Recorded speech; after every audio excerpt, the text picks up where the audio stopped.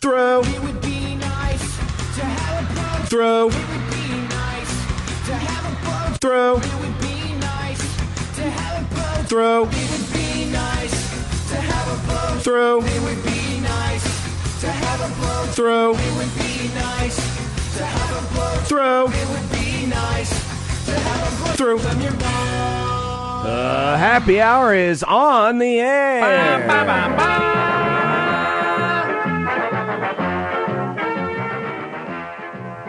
We've had all the introductions.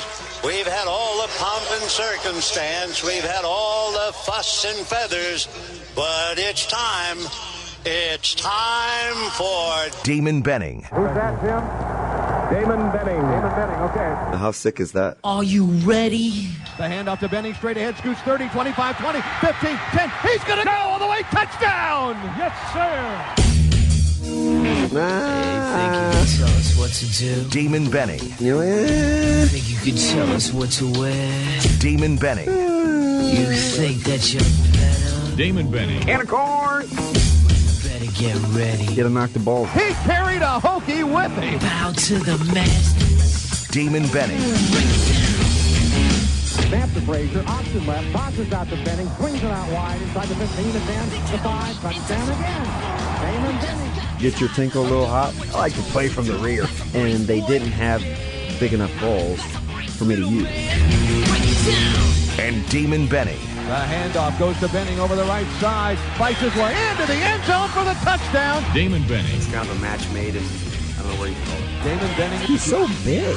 He looks long, doesn't he? Struggled a little bit with the star qualifications, that's all. Do I have your attention? Hello? And Damon Benning.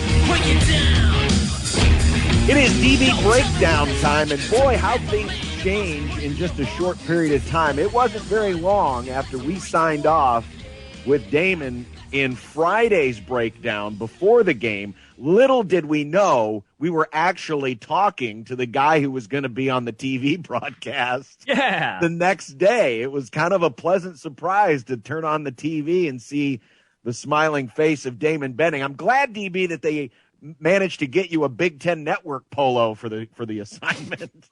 Yeah, but you know what's crazy? A lot of people said that, but it was by design. I just wore the Heather Gray Adidas because I thought the producer, Bart, when he told me, he said, hey, no logoed gear.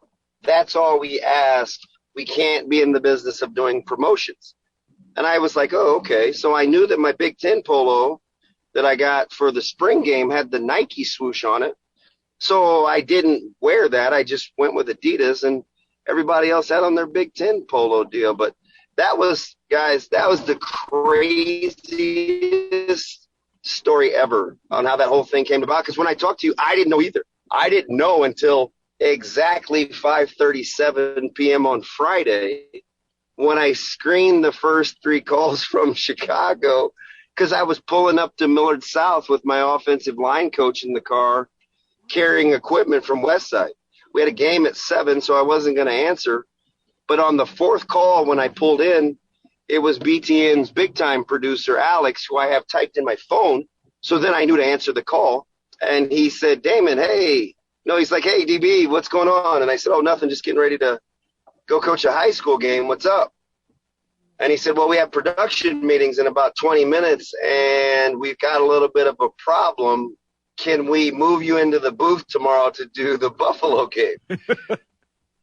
And I paused, and I go, He goes, hey, if it means anything, he said the co-producer, Tony, has worked with you a ton, and he said you're the only guy in the 300-mile radius that would know both Buffalo and Nebraska like the back of your hand. So he kind of closet catered to my ego, so I had to kind of say, but I'm telling you, between me, you, and the fence post, I was not very sure. And I told him I would be off the grid until 10 o'clock after our game was over. And sure enough, when I grabbed my phone back in the truck in the parking lot at Papio South, I had 19 text messages giving me every finite detail that I would need in order to get there by 9 o'clock the next morning. So thank God for a 2:30 kickoff. Otherwise, it would have been a disaster. So, Damon, of all of the responses that you got, how many of them would you say have mentioned hip, hip, hooray? Oh, Jesus. That was a ton, but you guys know me, right? Like I'm just kind of a nerd, and Oh, yeah. like whatever I'm saying, whatever I'm thinking, I'm probably saying. So it's like it's funny. I used the Velveeta line because I didn't know that was the sponsor until we came back with the highlights. So John, as you know, or John, you spot, or Josh, you spot too. So those guys are in my ear, and he said, "Hey, coming out of break, I want you to break down the Reimer tackle. It's our Velveeta tackle of the week." And the very first thing I thought of was, God, Velveeta, processed cheese. Oh, I'm a cheese snob, right? So I had processed in my head. And so I said, process the tackle. And the producer goes in my ear and he goes, "You blankety blank. Did you really just weave in processed cheese and processing a tackle in the same sentence and make it sound like that was the right thing to say?" And I go, "Oh, maybe." And he said, "Nice effing job." So then I figured, okay, well, at least he kind of likes me, even though I'm kind of a square. Oh, that's great. Well, let's get to the breakdown, and let's start with the good side of the ball, the defense. And I know it's maybe being a little harsh considering Nebraska had over 500 yards of offense again. We'll get to that, obviously. But I don't know, Damon, it seems to me, my untrained eye, that schematically it doesn't look like Chenander has had to really get very exotic in these first three games, and yet the defense has played well enough really to be a 3-0 team right now. Has that been your observation? Yeah, absolutely. He hasn't had to bring more than plus pressure with, getting after the quarterback with 5. He's played a couple of different coverages. He showed a little bit more press man this week than he did, kind of that bail technique or loose man that they were utilizing the first couple of weeks. And so he tried to mix and match coverages a little bit, but I think they were trying to keep as much off of tape as possible and still kind of grow and develop as a defense. Listen, they played really, really well. The front four has been pretty good for the most part at the point of attack, and they've had to hunker down in there. Now, that hasn't been for the faint of heart between Illinois and Buffalo, and I know you had Fordham sandwiched in between there, but you had some offenses that were committed to running the football and came off the ball with a certain level of snap to try to establish the run game. So I think they'll be battle tested physically, but this will be a whole nother challenge this week as Oklahoma may have found a running game against Western Illinois. Hard to fathom it being a barometer, but Kennedy Brooks and Eric Gray have shown that they can maybe run it, but they'll have their work cut out with that wide receiving core at Oklahoma as well, and Spencer Rattler. So they're going to have to ratchet it up a notch, that's for sure. Damon, one of the observations that I've heard a lot over the last few weeks after each of these games is that the defense is being sound and that they are all doing their job and they're putting themselves in advantageous positions. And so when the opposition wins a play, it's more on them making the play versus a breakdown for Nebraska. Is that what you have seen as well with the Black Shirts so far? You think that they're in the right spot, and so when the other team does something well, you just kind of got to give it up to them? Yeah, for the most part. Now, they didn't set the edge very well. Guys would play peekaboo and look inside when they should keep that right or left arm, the outside shoulder free. They kind of poked their head in and guys would turn the corner. We saw that on the goal line with Illinois when they scored that touchdown where, Garrett Nelson, he peeks inside for a little bit. Then all of a sudden they're out the back gate on the edge. So they've been far from perfect, but they have been more sound than not, right? It's, even in the passing game with Van Treese, a lot of those balls he threw, that was some pretty good delivery. Nebraska had 7 pressures. I felt like he delivered it under duress a couple times. A couple of those stop routes and those little comebacks were right on point. So I think there's plenty to build on if you're Nebraska in terms of to the good, but you're nowhere near resting on your laurels this far because there's plenty of room to grow, especially when it comes to, kind of defending those mesh routes, those underneath routes, and maybe being a little bit more stout on the initial tackle in the run game, not allowing for some hidden yardage that can kind of accrue over the course of time. Luke Reimer, of course, earned conference player, defensive player of the week, had 16 tackles, had the interception that, it pretty much sealed the game, even though, Nebraska was in command most of the way. There was a moment there in the third quarter where you thought, well, if Buffalo hits a drive here, this thing could get interesting. He makes the pick. Huskers score on the next play. Ball game's over. This linebacking group, we thought they were going to be pretty good, and you talked about it on the broadcast. There's guys there that, maybe looking at, the next level when their college career is done. But has this group exceeded expectations through 3 games?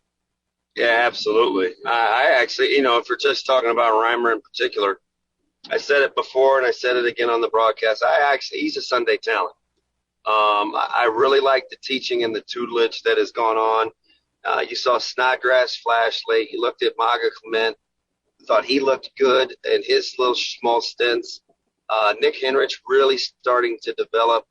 And, of course, you got Kolarvik, who's shown some flashes. So, it's a group that didn't have a ton of highly touted guys outside of Henrich coming in, but have done a really good job. And I think the most underappreciated part of that defense, when you play the style of defense that Nebraska does, your inside linebackers have to be good.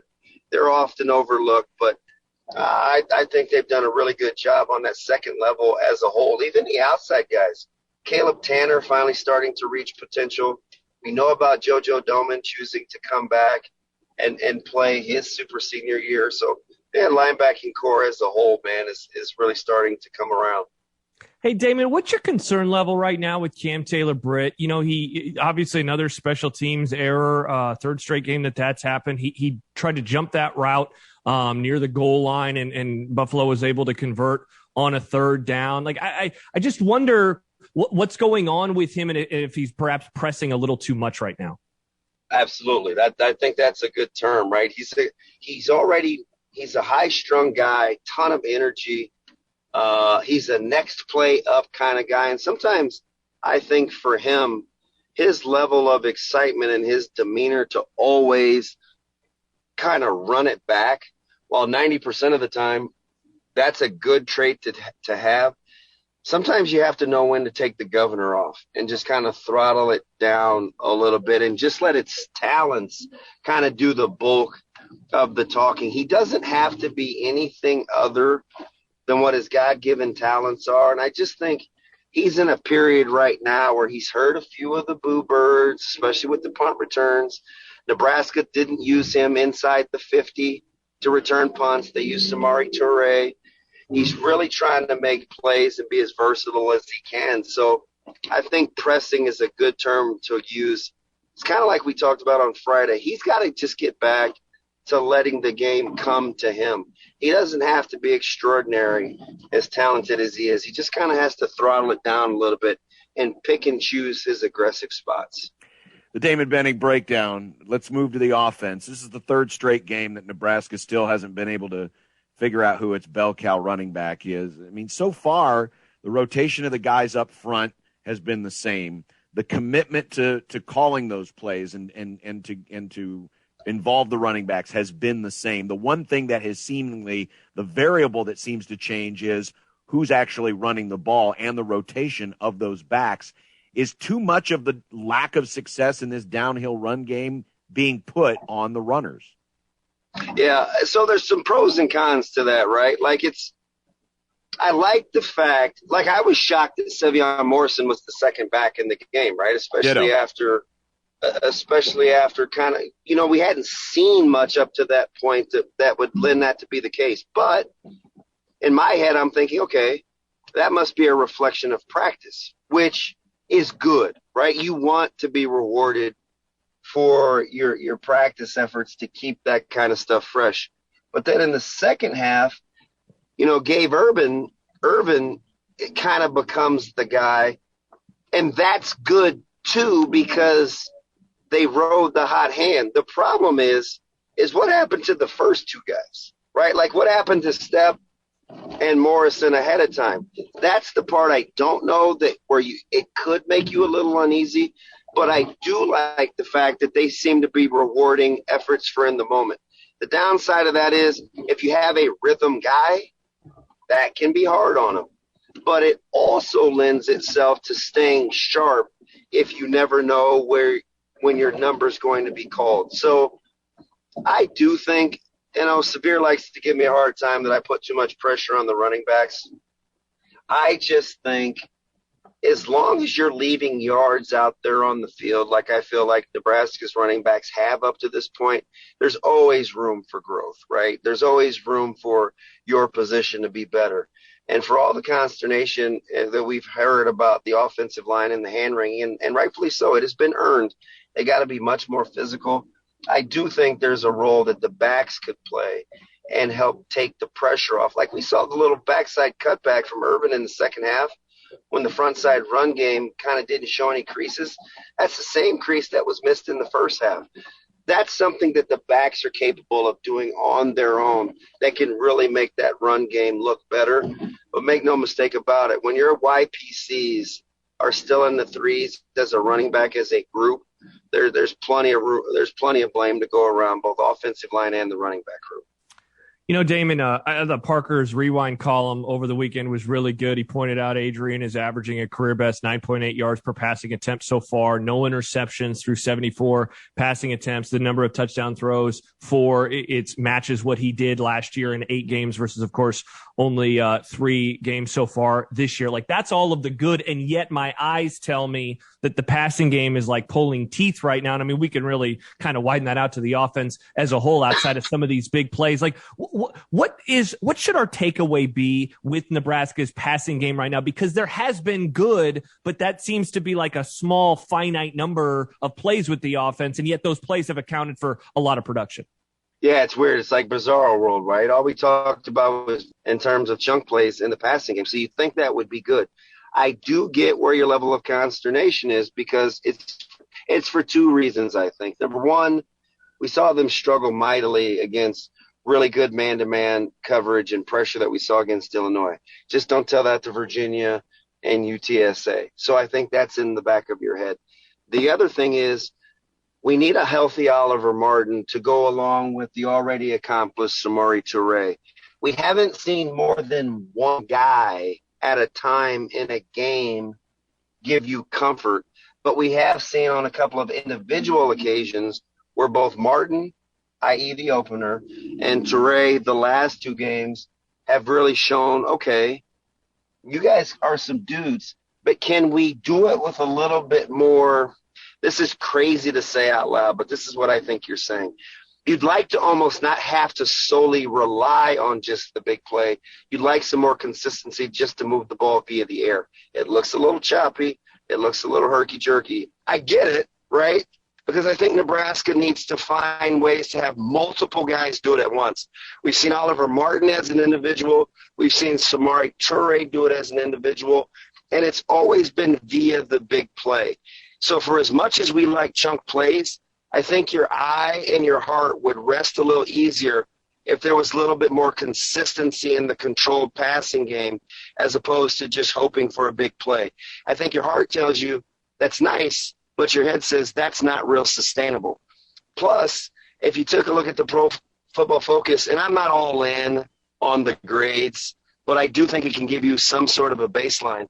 Nebraska, in terms of pass protection, has got to get better. The pass protection is a big part of where you get a peace of mind in Nebraska's passing game.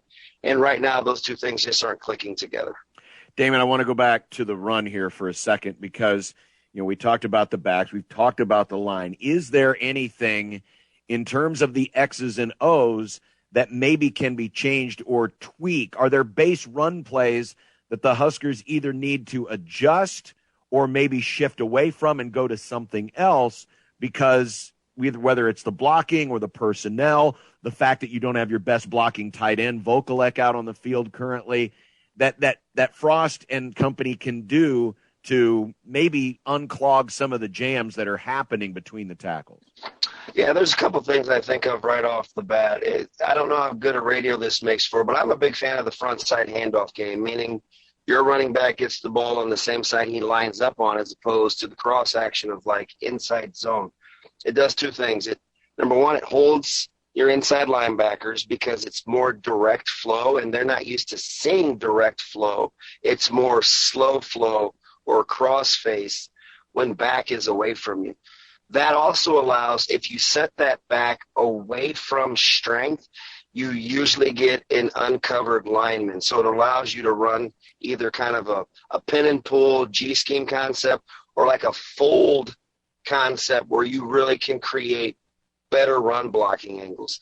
That may be a little complex for radio, but that's an idea of what I'm talking about when I say, okay, there's blocking schemes that you can use and there's run style.